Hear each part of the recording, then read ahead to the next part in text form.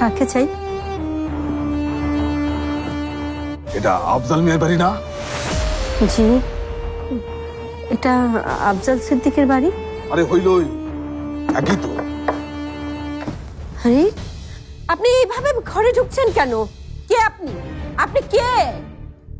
ভালোই মনে হইতেছে বাড়িটার বয়স। আপনাকে কে পাঠিয়েছে? বশির ভাই পাঠিয়েছে? রিনা, রিনা, মিথিলা, আরে কোথায় গেলে তোমরা? বের হও, বের হও ঘর থেকে। আরে বের হও বলতেছি।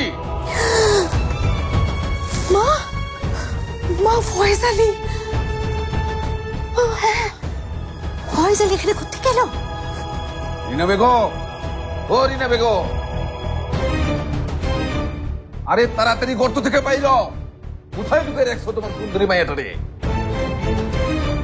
কি কি ভাবছিলা? ভাবছিলা আমি তোমাদের নাগাল পামু না, তাই না? এখন কি হবে মা? কি হবে? তুই তাড়াতাড়ি টাকার ব্যবস্থা কর, না হলে সর্বনাশ হয়ে যাবে। আমি যাই ওদিকটা সামলাই গিয়ে। টাকা? এখনই টাকা লাগবে? মানে কি? প্লিজ টাকাটা দাও পল্লব, না হলে বিপদ হয়ে যাবে। তুমি তো বলেছই মাকে দেবে টাকাটা। কানটা পরিষ্কার কর। আমি বলেছিলাম এজেন্সিকে দেওয়ার পর যে টাকা থাকবে তা আমি তোকে দেব। এখন বলছিস 30 লাখ টাকা। 30 লাখ টাকা কি মুখের কথা? তুমি কি টাকাটা ইনকাম করে আনবে নাকি? টাকা তো আছেই ব্যাগের মধ্যে। বুঝলাম না, তোর মা এত টাকাতে করবেটা কি? গ্রামে নিজের বাড়ি, সেখানে আর কিসের খরচ? আর বাড়তি যে টাকা পয়সা লাগবে তা তুই প্রতি মাসে পাঠিয়ে দিবি। তাতেই তো ঠ্যাঙের উপর ঠ্যাং তুলে সারাটা জীবন কাটিয়ে দিবে।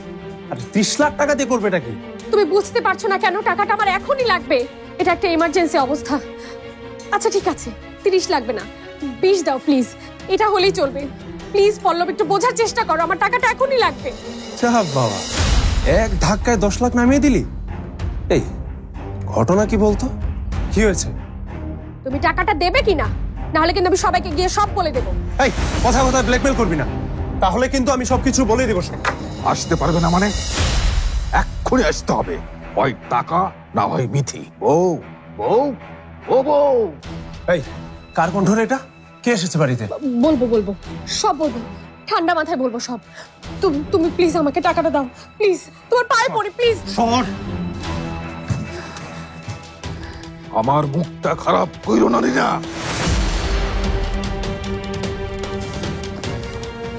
রাগলে কিন্তু আমার চেয়ে খতরনাক মানুষ আর হয় না, কয়ে দিলাম। ভাই রাগ করেন না, আমার কথাটা শুনেন। কয়টা দিন আমাকে সময় দেন। মাথার কসম কাটতেছি, সব ঋণ আমি দিয়ে দিব, একটা টাকাও আমি ঋণ রাখবো না। সরো সরো আমার সামনে থেকে। আমি বুঝা গেছি আজকে এই বাড়ি থেকে আমার বউরে উঠাই নিয়ে যাইতে হবে। সরো,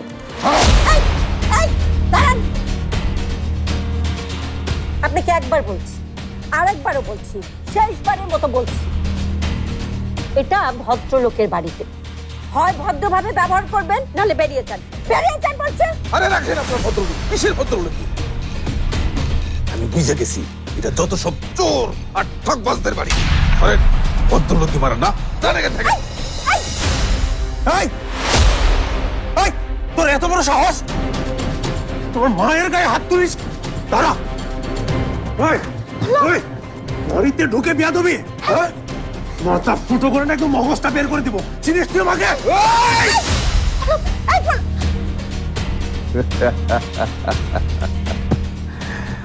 চিনি রে, চিনি। আবেগের ঠেলায় অন্যের বউরি নিয়া তুই বিয়া করে ফেলছস। চিনি, তোরে আমি খুব ভালো করেই চিনি। শোন, অন্যের বউ নিয়া তুই ঘর করতাছস, সুখে সংসার করতাছস। এখন হয় বউ দিবি, নইলে টাকা। আর যদি কোনোটাই দিতে না পারস, তাহলে চিরকালের জন্য তুই তোর বাপকে হারাবি।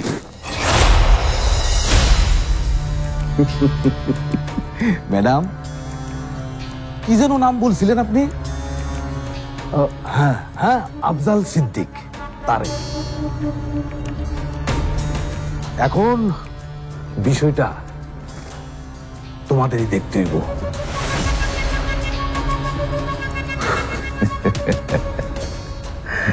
বল, কারে সাথ দিবি? কারে? বউ, টাকা নাকি বাপ?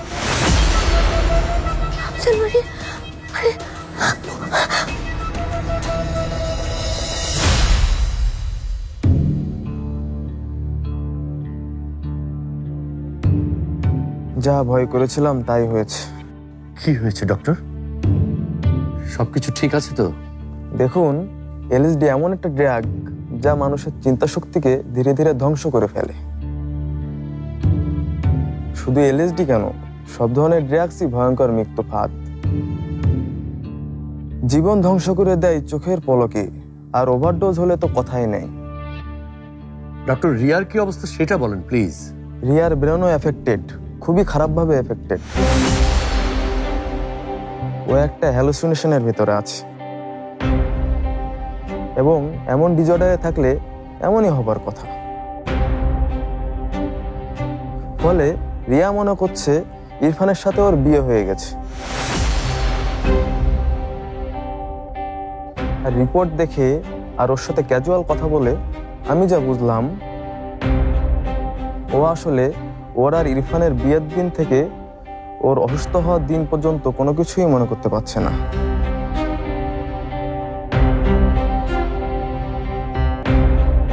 ডক্টর, এর কোনো চিকিৎসা নেই? আছে, কিন্তু কোনো কিন্তু শুনতে চাই না আমি ডক্টর। যত টাকা লাগে আমি দেব, আপনি ওর ট্রিটমেন্ট করুন। টাকা আপনি দিতে পারবেন সেটা আমি জানি, কিন্তু বিষয়টা শুধু টাকার না। ব্যাপারটা আপনারা দুজনই খুবই ভালো করে বুঝুন প্লিজ। বিভিন্ন মেডিসিন আর থেরাপি দিয়ে স্মৃতি হয়তো ফিরিয়ে আনা সম্ভব। আমি কিন্তু হয়তো বলছি, কারণ সার্জারিও লাগতে পারে। তবে স্মৃতি ফিরিয়ে আনতে গেলে ওর ব্রেনে যে চাপ পড়বে সেটাও সামলাতে পারবে না। আর যদি বলা হয় ও যা যা বলছে সেটা সত্যি না, তাহলে ও পুরোপুরি শকে চলে যাবে, এমনকি কোমায়ও চলে যেতে পারে।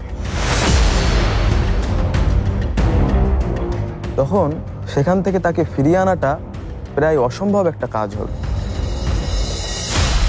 তাহলে আমরা এখন ওকে কি বলবো? নদীতে যখন তীব্র স্রোত হয় তখন স্রোতের বিপরীতে সাঁতার কাটতে নেই। মানে? পাড়ে উঠতে চাইলে স্রোতে গা ভাসাতে হবে কিছুটা সময়ের জন্য। মানে ও যা ভাবছে ওকে কিছুদিন সেটাই ভাবতে দিন। দ্যাট মিন্স আপনি বলতে চাইছেন যে ও আমাকে ওর হাজবেন্ড ভাবছে, আর আমি সেরকমই বিহেভ করবো ওর সাথে। ও আমাদের বাড়িকে ও শ্বশুর বাড়ি ভাবছে, আর সেই মোতাবেকই ওকে আমি আমাদের বাড়িতে নিয়ে যাব। এক্স্যাক্টলি, একদম ঠিক বলেছেন। রিয়ালিটির সাথে ওর হ্যালুসিনেশনের ক্রস কানেকশন যেন না হয় এখন। তা না হলে রিয়া না রিয়ালিটিতে থাকবে, না হ্যালুসিনেশনে।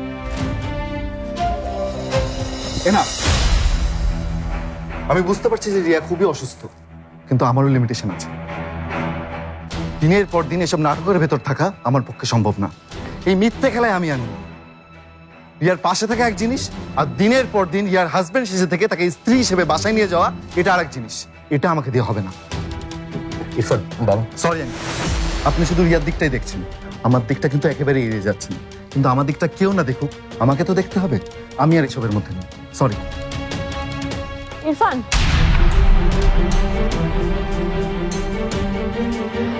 ইরফান, ইরফান কই যাও? বাবা, বাবা, ইরফান কই গেল? বাবা, ইরফান, না বাবা, ইরফান আমাকে না বলে এভাবে করে কোথায় চলে গেল? বাবা, বাবা, ইরফানকে আসতে বলো। বাবা, বাবা, ইরফানকে এনে দাও। বাবা, বাবা, ইরফান কই? বাবা, বাবা, ইরফান কই? বাবা, বাবা, বাবা,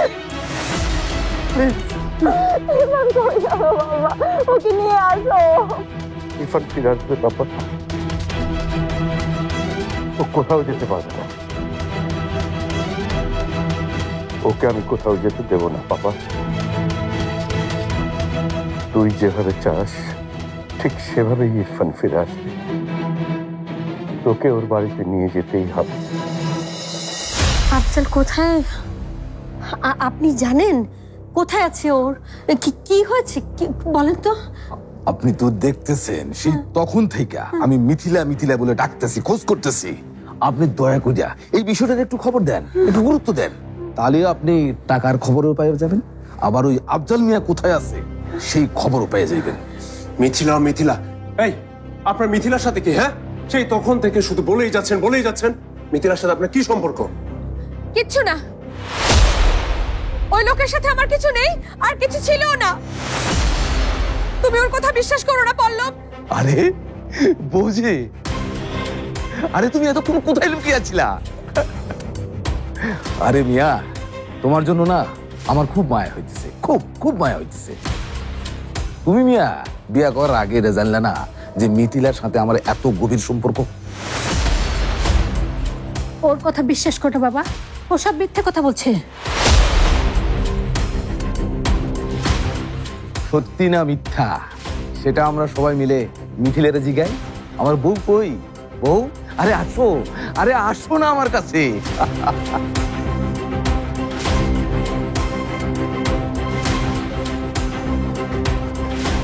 এই আপনি শুধু বউ বউ করছেন কেন? করছি কারণ তোমার বউয়ের সাথে আগে একবার আমার একটাও বাজে কথা বলবেন না আপনি। আপনার সাথে আমার কোনো সম্পর্ক ছিল না। কি বলছো কি বউ? ভালোই বল কি বলতে চাচ্ছিস, না হলে কিন্তু তোর খবর আছে। আরে বলতেছি, আচ্ছা বলতেছি তো। মানে হয়েছে কি, আমার শ্বশুর মানে এই যে রিনার স্বামী অনেক আগে আমার কাছে 20 লাখ টাকা ধার দিছিল, 3 মাসের মধ্যে ফেরত দেবো বইলা। নিজের বাড়িটা অবশ্য বন্ধক রাখছিল আমার কাছে, কিন্তু ওই বাড়িটার দাম 5 লক্ষ টাকার বেশি 1 পয়সায় হইব না। তবুও আমি তারে বিশ্বাস করিয়া টাকাটা ধার দিছিলাম। এরপরে হইল কি, এই যে রিনার স্বামী অন্য একজন মহিলারে নিয়া বর্ডার পার হইয়া দেশ ছাইরা পগার পার। এখন যে সে টুক করে আইসা ঢুকা পড়বো তারও কোনো গ্যারান্টি নাই। 3 মাস পার হইছে, আরো 6 মাস আগে সেই টাকার সুদ আসলে কোথায় গিয়ে ঠেকছে তার হিসাব অবশ্য আমি করি নাই, করতেও চাই না। কারণ এই যে রিনা বেগম আমার প্রাণের মিথিলারে আমার হাতে তুলে দিছিল। হাতে তুলে দিয়েছিল মানে? আরে মিয়া, তুমি যারে বিয়া করলা তার অতীত এতটুকু খোঁজ নিলে না তুমি? কেমন পুরুষ তুমি? তোমার বউয়ের সাথে আমার না অনেক আগেই আংটি বদল হয়েছে। এই তো সে আংটি, এই তো। আরে শিখাও তোমার বউরে শিখাও, মানে আমার বউরে শিখাও আমি মিশা কথা কইতেছি কিনা। সারা গ্রাম জানে, আমার এলাকার প্রত্যেকে জানে যে এই মিথিলা আমার বিয়ে করা বউ। ওই লোকটা যা বলছে তাকে সত্যি? আমি তোমাকে বুঝিয়ে বলছি। হ্যাঁ কিংবা নাতে উত্তর দে, অন্য কিচ্ছু জানতে চাই না আমি। আমি বলছি বাবা, আমি সব বুঝিয়ে বলছি, এখানে মিথিলার কোনো দোষ নেই। ফয়েজের সাথে মিথিলার আংটি বদল হয়েছিল সত্যি, বিয়ে হয়নি। বলছি, বিয়ে হয়নি। থাক, আর কিচ্ছু তোমাদের বলতে হবে না, আমি আমার উত্তরটা পেয়ে গেছি। মা দেখো তোমরা আমার সাথে কি করেছো। এমন একটা মেয়ের সাথে আমার বিয়ে দিয়েছো যাকে ওর মা অন্য আর একটা লোকের হাতে তুলে দিয়েছে। মেয়েকে শুধু এক এক জায়গায় বিয়ে দিয়ে বেড়ানো তোমার অভ্যাস নাকি ফুপি?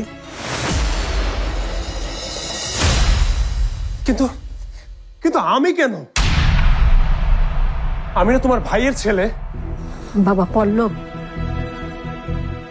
তুই ঠান্ডা মাথায় আমার কথাটা একবার বোঝার চেষ্টা কর। ওই ফয়েজ আলীর সাথে তো মিথিলার বিয়ে হয়ে যায়নি।